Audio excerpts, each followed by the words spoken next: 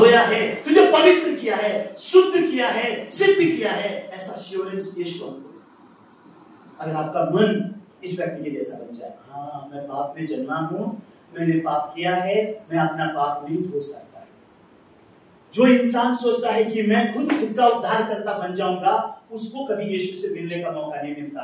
ये ऐसे लोग हैं, तुम बैठ गया इधर आ जाओ, अच्छा मैंने भी उठाया। तो ये टाइप के लोग हैं जो यीशु से मिल नहीं सकेंगे, ये टाइप के लोग यीशु से मिल नहीं पाएंगे, लेकिन ये टाइप के लोग यीशु से मिल जाते हैं। हमको परमेश्वर कहां चला रहा है ध्यान दें। हमारा शुरुआत होता है यहां से, यहां पहुंचते पहुंचते आप उम्र के 80 साल के हो जाते हो। 80 साल के जो बूढ़े होते हो, दांत भी गिर जाते हैं ना, क्या बोलते हो, अरे बेटा पाप नहीं करने का बहुत कोशिश किया, जिंदगी तो पाप कर करके चला गया, अभी मैं क्या करूंगा, नरक में जाना पड़ेगा, ऐसा बोलने लग जाओगे। तब आपको समझ में आएगा कि सिर्फ यीशु का खून है जिसके द्वारा हम शुद्ध हुए हैं। आमीन। तो आज भी आप ये बात को विश्वास कर सकते हैं। Okay, thank you. एक पीपीटी दिखा के मैं खत्म करूंगा। Thank you. ये पीपीटी से थोड़ा आपको एक्सप्लेन कर रहा हूं मैं। ओके, पुराने नियम का बलिदान और नया नियम का बलिदान। पीपीटी आप देखते रहो, मैं आपको बताते जाऊंगा शॉर्ट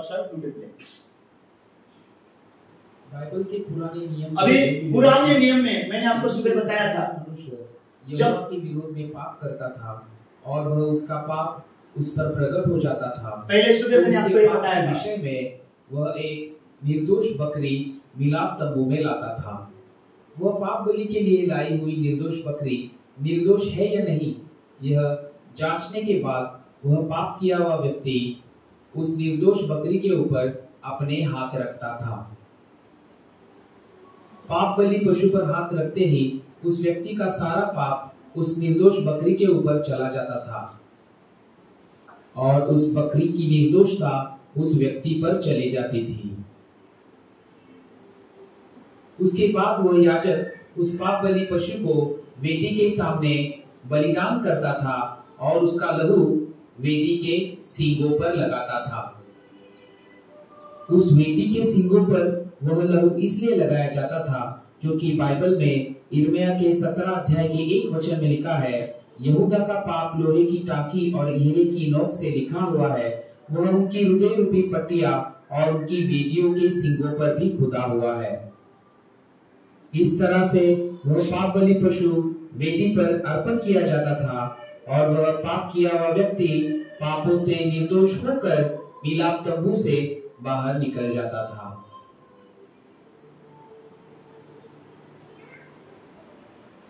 तो ये एक पाप का बलिदान होता था जो मैंने सुबह आपको सिखाया।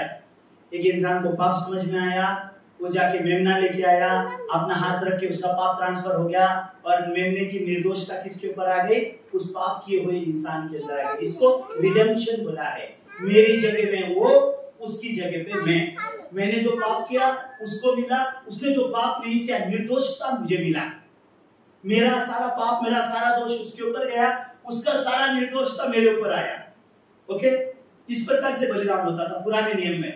ये एक बलिदान होता था। अभी दूसरा, इजराइल के पूरे कुलों के लिए एक साल में एक बलिदान होता था, सारे इजरायलियों के लिए। उसको वार्षिक बलिदान बोला है, वार्षिक बलिदान। वो बलिदान के बारे में भी आप देखिए।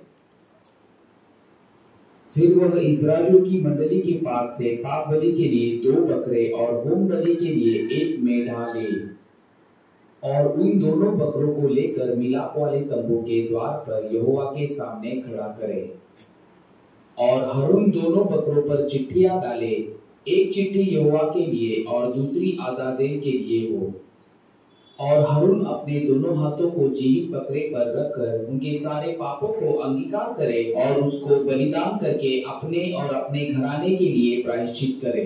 फिर वह उस पाप बलि के बकरे को बलिदान करके उसके लहू को बीच वाले पर्दे के भीतर ले आए, उसको प्रायश्चित के ढकने के ऊपर और उसके सामने छिड़के। और हरून अपने दोनों हाथों को जीवित बकरे पर रखकर इस्राएलियों के सब अधर्म के कामों, उनके सारे पापों को अंगीकार करे और उनको बकरे के सिर पर धरकर उसको किसी मनुष्य के हाथ जो इस काम के लिए तैयार हो जंगल में भेज के छुड़वा दे। वह बकरा उनके सब अधर्म के कामों को अपने ऊपर लादे हुए किसी निर्जन स्थान में उठा ले जाएगा, इसलिए वह मनुष्य उस बकरे को जंगल में छोड़ दे। अभी ये जो बलिदान है इसको वार्षिक बलिदान बोला है। साल में एक बार बलिदान होता था इजराइल के सारे गोत्र के लिए। इजराइलियों के सारे इजराइल के लिए 12 गोत्र इजराइल के होते थे। उनमें साल में एक बार पाप क्षमा का बलिदान होता था। क्यों? क्योंकि घड़ी घड़ी एक एक आदमी के लिए बलिदान चढ़ाने का समय खत्म हो गया। उसके बाद वार्षिक बलिदान शुरू हुआ है। वार्षिक बलिदान में क्या होता था? हारून मेमना लेके आता था। हारून अपना हाथ रख के इजराइलियों का पाप हारून अकेला स्वीकार करता। इजरायली सब वो मेमने के ऊपर सर हाथ नहीं रख सकते थे। इसके लिए इजरायलियों के सारे इजरायलियों के बदले में कौन काम करता? हारून काम करता। और हारून अपना हाथ उस मेमने पे रखता। मतलब क्या है? इजराइल के गोत्र का एक साल का सारा पाप किसको दिया गया? उस मेमने को दिया गया। फिर उसको मारा जाता और उसको मिलाप वाले तंबू के अंदर लेके जाया जाता और वो लहू वो दया आसन के सामने छिड़का जाता। मतलब क्या? वो लहू प्रूफ था कि इजरायली लोगों का भी एक साल का पाप क्या हो गया है? क्षमा हो गया है। फिर दूसरा बलिदान, उसको डे ऑफ अटोनमेंट ऐसा कहा जाता है, प्रायश्चित का दिन। साल में एक बार वो दिन आता है। इजराइल के सारे गोत्र के लिए किया जाता है। और ये सब कहां लिखा हुआ है? लेवी व्यवस्था के 16 अध्याय में लिखा है। जब आप घर में जाएंगे तो उसके बारे में पढ़िए। और पाप क्षमा के बारे में जानना चाहते हैं, जब आज आप जब जाएंगे जरूर वो पाप क्षमा का किताब जो हमारे पास है वो किताब आप लेके जाइए। अगर वो किताब अगर आपको आत्मिक जीवन में इंटरेस्टेड है पापों की क्षमा को जानने के मामले में तो अगर नहीं तो जरूरी नहीं है। लेकिन क्योंकि मैं सभी बात आपको ये आज एक साथ नहीं बता सकता, लेकिन वो किताब आपको हेल्प कर पाएगा। तो ऐसा वार्षिक बलि होता था। और ये बलि कब तक होता रहा? ये बलि जब तक यीशु मसीह दुनिया में आके खुद यीशु बलि नहीं हुए तब तक ये बलिदान चलता था। यीशु एक पाप के लिए बलिदान नहीं हुए। यीशु एक गोत्र के लिए बलिदान नहीं हुए। यीशु एक साल के पाप के लिए बलिदान नहीं हुए। यीशु जो बलिदान हुए सारे मानव जात के सारे पाप के लिए यीशु बलिदान हुए। आमीन। तो आपको कहां तक पहुंचना है? मेरे सारे पापों के लिए यीशु मेरे सारे पापों के लिए बलिदान हुए हैं। कम से कम वहां तक आपका मन पहुंचना है। तब आपका मन यीशु के लहू के कारण स्वतंत्र होता है। ये आप तीसरा वीडियो में वो देखिए कैसे यीशु ने जगत का पाप अपने ऊपर उठाया। यीशु का जन्म एक चरनी में हुआ, ठीक है। तो यीशु चरनी में जन्मे। क्यों जन्मे? आज सुबह मैंने पढ़ा था क्यों जन्मे? अपने लोगों को उनके पापों से उद्धार करने के लिए। तो अभी यीशु तो पवित्र आत्मा से जन्मे हैं। अभी यीशु के ऊपर हमारा पाप कैसे जाएगा? यीशु के ऊपर हमारा पाप कब गया? हमारे कितने पाप यीशु के ऊपर गए और कितने पाप गए कितने नहीं गए, बहुत सवाल लोगों के पास है। तो वो सवाल ये वचन को अगर आप देखेंगे तो आपको क्लियर होगा। तो यीशु 30 साल की उम्र में यूहन्ना बपतिस्मा दाता के पास जाते हैं बपतिस्मा लेने के लिए। तो उस समय में अभी आप देखिए, वीडियो देखते रहिए और आप सुनते रहिए। मैं यहां से एक्सप्लेन करूंगा, वीडियो देखिए। यूहन्ना बपतिस्मा दाता पापियों को पाप के मन फिराव का बपतिस्मा का प्रचार करता था। लेकिन यूहन्ना पापियों को बपतिस्मा देता था, लेकिन यीशु ने कोई पाप नहीं किया। फिर क्यों यीशु उससे बपतिस्मा लेने जाते हैं? पहला क्वेश्चन यहां पे ये है। तो जब यूहन्ना वो आदमी है जो सारे जगत का पाप यीशु को देने का जिम्मेदार है।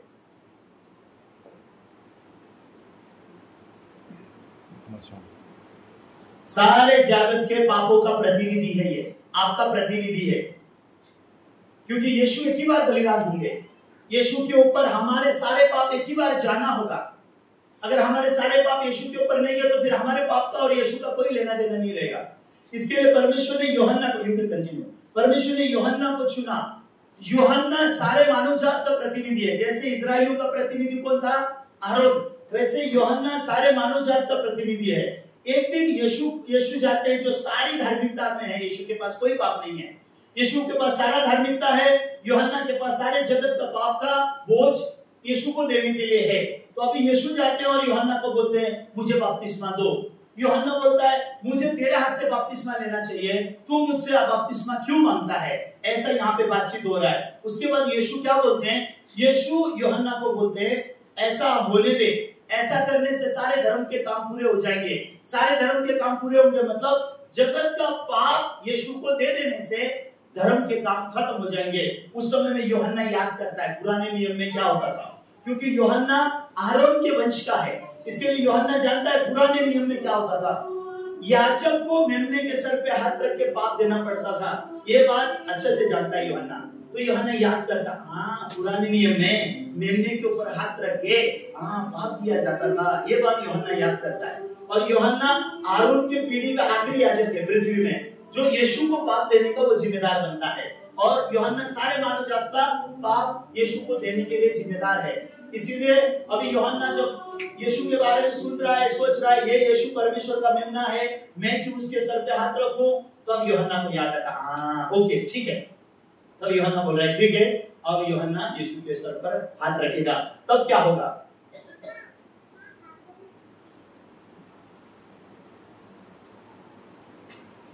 वो समय जब यूहन्ना ने यीशु के सर पर हाथ रखा, जगत का पाप यीशु के ऊपर गया और सारे जगत को धार्मिकता मिल गई। ये वो समय है। All human beings receive the righteousness of God and that all the sin of the world has been transformed to Jesus. यीशु के पास ट्रांसफर हो गया और व्यवस्था का श्राप भी यीशु ने ले लिया, क्योंकि व्यवस्था भी हम लोग पालन नहीं करते हैं, व्यवस्था भी हम तोड़ते हैं। व्यवस्था तोड़ने का सजा क्या है? मौत है।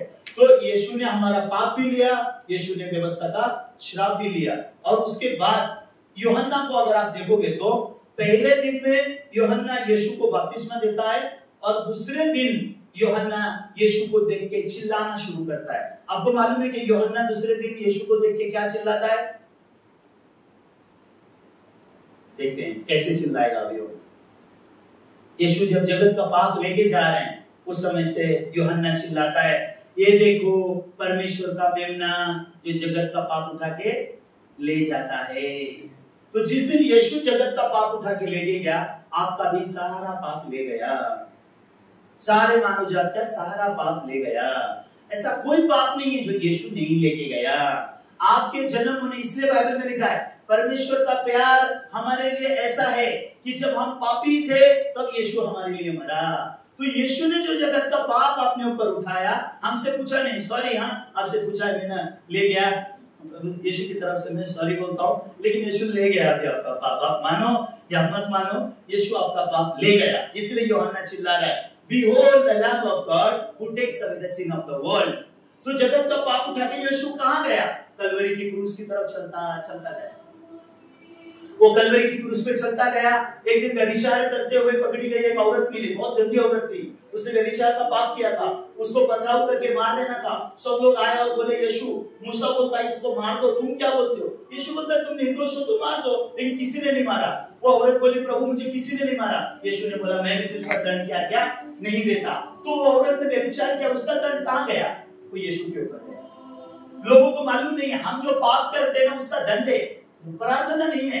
हम जो भी पाप करते हैं हर पाप का दंड है। गुस्सा बोलो, नफरत बोलो, व्यभिचार बोलो, चोरी बोलो, हम जितना भी पाप किया हर एक पाप का दंड मौत ही है। और वो मौत देने के लिए परमेश्वर का बेटा कलवरी के क्रूस पे गया।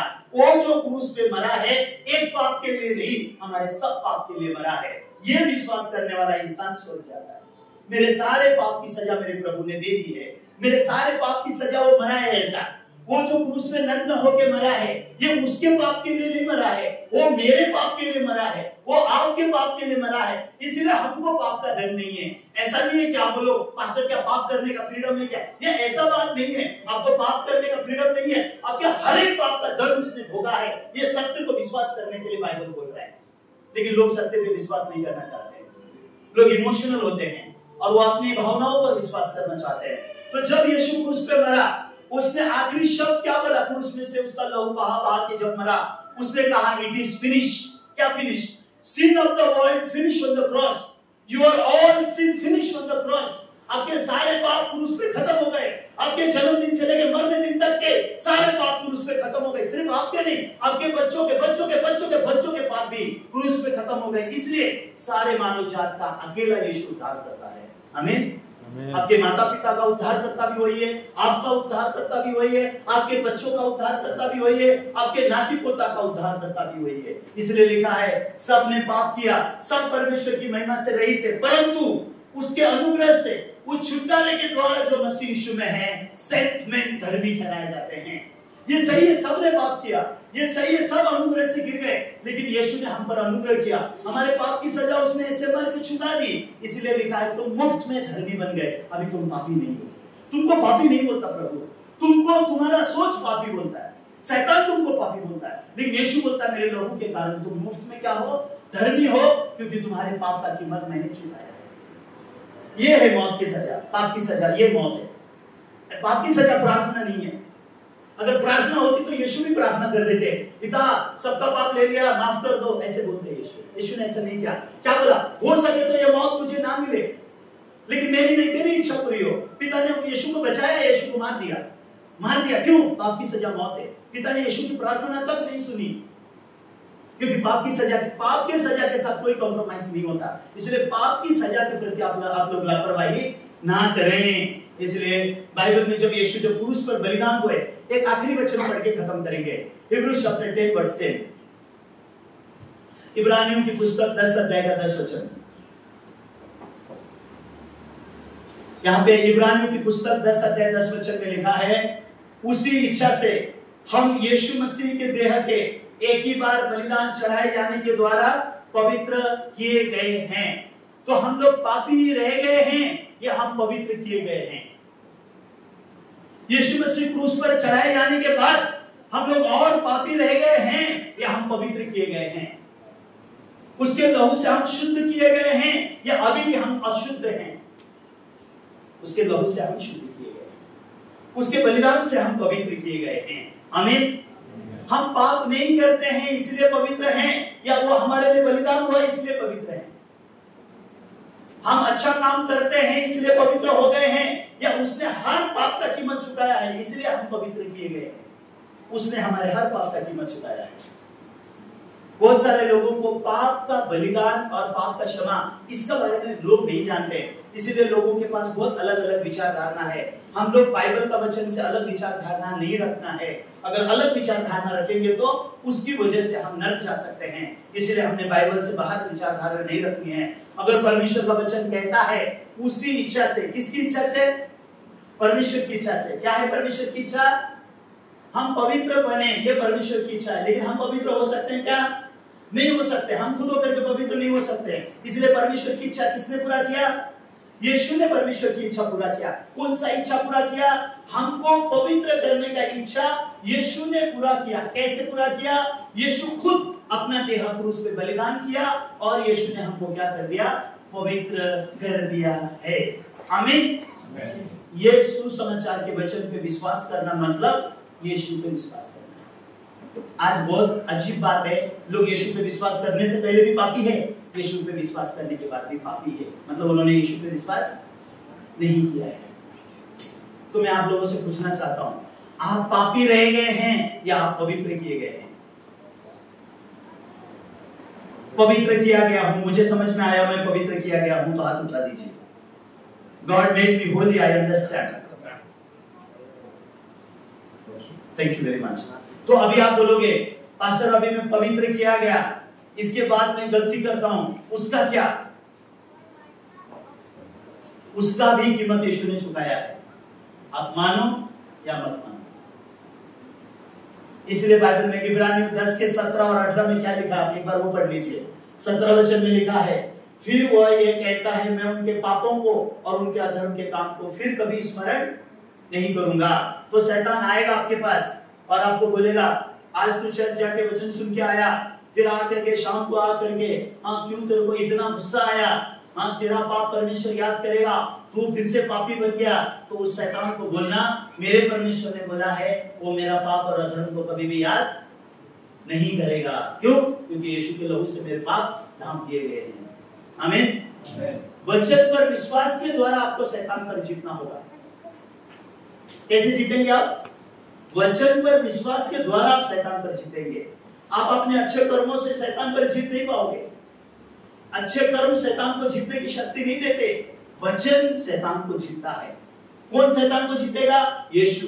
यीशु कौन है? वचन।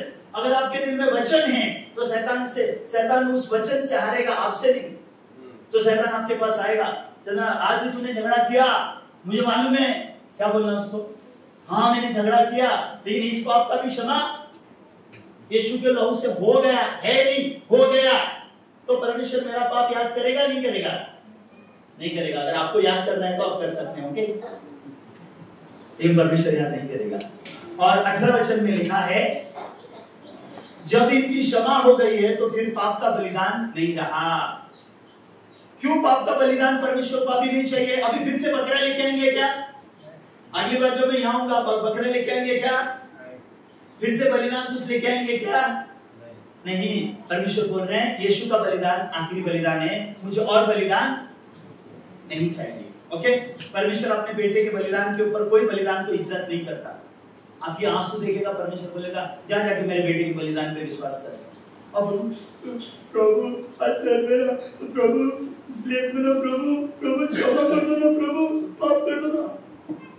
रोना बंद कर और मेरे बेटे पे विश्वास कर। परमेश्वर ये बोल रहा है। समझ में आया?